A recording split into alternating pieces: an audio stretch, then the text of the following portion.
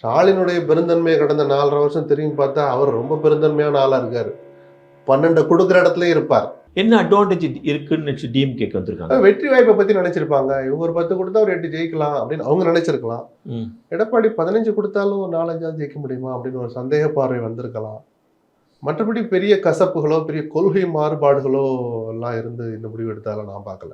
அவங்களுக்குன்னு இருக்கிற சில அரசியல் கணக்குகள், அதுல எது கட்சிக்கு நல்லது அப்படின்னு கூட பார்த்துருக்கலாம். வைட்டமின் சி முடிவும் உண்டு இல்லை அதுல. நம்ம நாகரீகமா கடந்து போயிடலாமே. தேர்தல் செலவு பார்த்துக்குவாங்க. அதிமுக பக்கம் போயிருந்தாலும் அவங்களும் தேர்தலுக்கு செலவுக்கு பணத்தை நாங்க பார்த்துக்கிறோம். இவங்களும் நாங்க பார்த்துக்கிறோன்னு சொல்லியிருப்பாங்க. எவ்வளவு சீட் கொடுப்பாங்க நீங்க நினைக்கிறீங்க?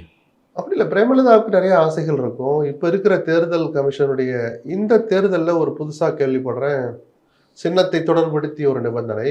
மொத்தமுள்ள சட்டமன்ற தொகுதிகளில் 5% நீங்கள் போட்டியிடணும். பதிவு பெற்ற கட்சி, அங்கீகாரம் பெறாத ஒரு கட்சி, குறைந்தது 5% இடங்களில். தமிழ்நாட்டை எடுத்துக்கிட்டோம்னா 234 5%, 11+ வரும். 12 இடங்கள்ல ஒரு கட்சி போட்டியிட்டாதான் 12லையும் ஒரே சின்னம் கொடுப்பாங்க. அப்படி இல்லைன்னா சுயேட்சை சின்னம் தான். 12லையும் 12 கொடுக்கலாம். 7 தான் நிற்கலாம், 7ல 7 சின்னம் கொடுப்பாங்க. குழுக்கள்ல வர்றது சில நேரம் வரும், சாய்ஸ்ல வரலைன்னா. அப்போ 12 இடங்களில் நிற்க வேண்டிய கட்டாயம் தங்கள் செல்வாக்கை நிரூபிக்க வேண்டிய பதிவு பெற்ற கட்சிகளுக்கு இருக்கு. தேமுதிகவுடைய அங்கீகாரம் இடையில பறிக்கப்பட்டது. கடந்த முறை போட்டியிட்ட தேர்தலில் 1% வாங்கியிருக்கணும்னு இன்னொரு ரூல் சொல்லுது. இவங்க 1% வாங்கின மாதிரி எனக்கு தெரியல. இல்ல, கம்மியா தான். அப்போ 12 இடம்ங்கிறது தேவைதான்.